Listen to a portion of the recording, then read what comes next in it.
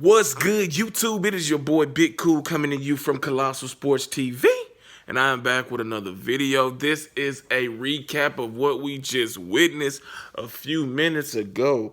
Reigning WBO light heavyweight champion Sergey the Crusher Kovalev overcame a scary eighth round against the unbeaten, untested, but powerful and skilled Anthony Yarde to score 11-round knockout via the jab to retain his title and likely move on to a big money payday showdown against middleweight champion Canelo Alvarez in November or December. Let's talk about the fight. Going into this fight, I thought that Kovalev was just a superior fighter, had more ways to win, the championship pedigree, more experience, more skills, a great jab. And I just thought that he was just going to be too much for a skilled but, untested, unproven, inexperienced Anthony Yarde. And surprising to me and some others, Yarde came out looking pretty good. The speed difference was definitely you could tell from the onset of the fight. Yarde was very receptive with his reflexes. His jab was out there. He was flicking it out. He was in that kind of that Mayweather-esque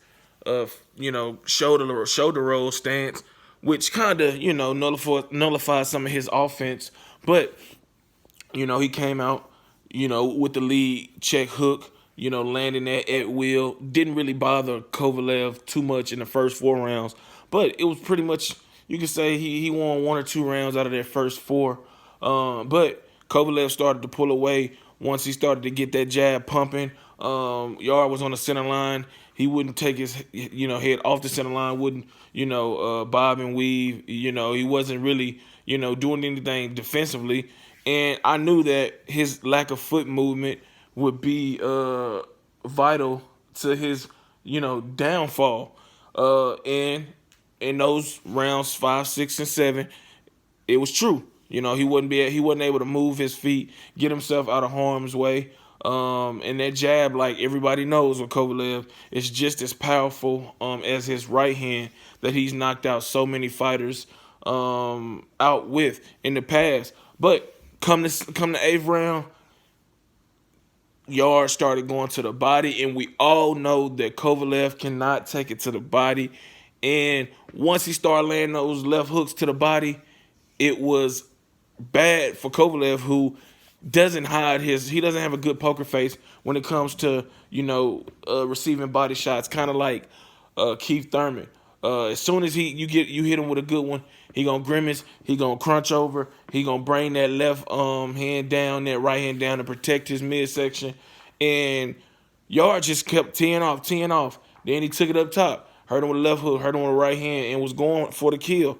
But he blew his load, tired himself out, and eventually got stopped in the 11th round after got to give props to Kovalev. He regained his composure. He listened to Buddy McGirt, who threatened to stop the fight after that 8th round where Kovalev took hellacious body shots and just unanswered punches to the head.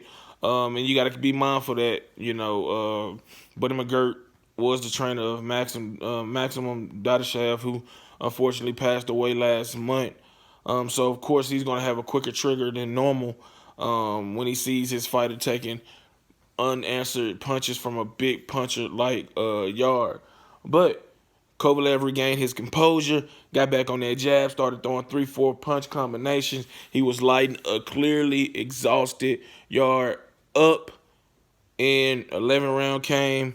Boom, knocked his ass out with a jab. That motherfucker Yarde went down like a sack of potatoes. Clearly exhausted. He was not getting up. He suffered his first L. Record falls to 18-1. Kovalev improves his record to 34-3 with 1 draw, 27 knockouts, and he moves on to a big money fight, likely against Canelo Alvarez, who will be moving up from 160 to 175. And you can see why Canelo, has been targeted Kovalev. Canelo is a hellacious body puncher. He's very consistent, and that is a major weakness of Sergey Kovalev. So we should see. It was kind of a brutal fight. It was a quality fight, a fight I will definitely rewatch because it had some good back and forth action. I don't know if this fight took a lot out of Kovalev to have him be ready by November, December, because that's kind of a quick turnaround considering the type of fight he was involved in today.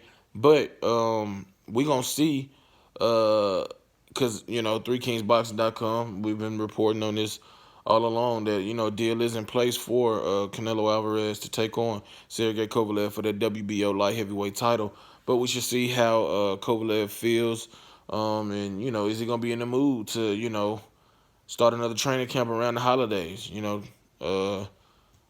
No, October-ish, November-ish, depends on when the fight happen. And that's gonna be Thanksgiving and Christmas, so that means he'll be away from the family. But big money opportunities don't come around so often. So if Kovalev up for it, he better go ahead and take that fight. As for Yarde, man, he got potential. He needs a new trainer. His trainer, he needs a new team. This guy didn't spar a lick in preparation for this fight, and it showed because he didn't know how to hold. He didn't know how to do anything. Sparring gets you ready for your opponent. That's why you bring in guys that have similar fighting styles and skill sets to the guy you're about to fight. It gives you that experience. It gives you a chance to work on things, your game plan, and implement more things and get better and be accustomed to potential different circumstances you're going to face in the ring. And with him not sparring a lick for the biggest fight of his career is just dumbfounded, just stupid. He needs to fire his whole team. He needs to get a quality trainer, and he needs to start sparring. He needs to lose a little muscle mass, because the bigger you are muscle-wise, the more and harder your muscles use to pump the blood, and your fatigue, and your swing and a miss, and it's just painful. Look at Anthony Joshua. It might have didn't get him in the previous fights before Andy Ruiz, but it caught up to him. In that fight, along with anxiety and uncertainty of if he can win and whatnot. But Yarde is definitely going to need to start sparring more, lose some muscle mass, bring in a proper, team trainer that can get him back on the right path, because he displayed a guy that has some skills. And I would love to see him fight Alexander Gavazic, Arthur Beterbiev, Dmitry Bivol, and so forth and so on, man. But props to Sergey Kovalev for retaining his WBO light heavyweight title. If you like this video, make sure you hit that thumbs up. Hit that subscribe button. Share these videos on Facebook, Twitter, Instagram, any other social media platform that you use. Drop your comments in the comment section down below, giving me your thoughts on this fight. Also, if you don't, make sure you check out 3kingsboxing.com daily for your latest and greatest updated, unfiltered, and unbiased boxing news and information reported the way it should be. Follow us on Twitter at 3Kings Boxing. Follow us on Instagram at 3Kings Boxing. Make sure you go like the Facebook page, 3Kings Boxing. Until next time, I am out. Peace.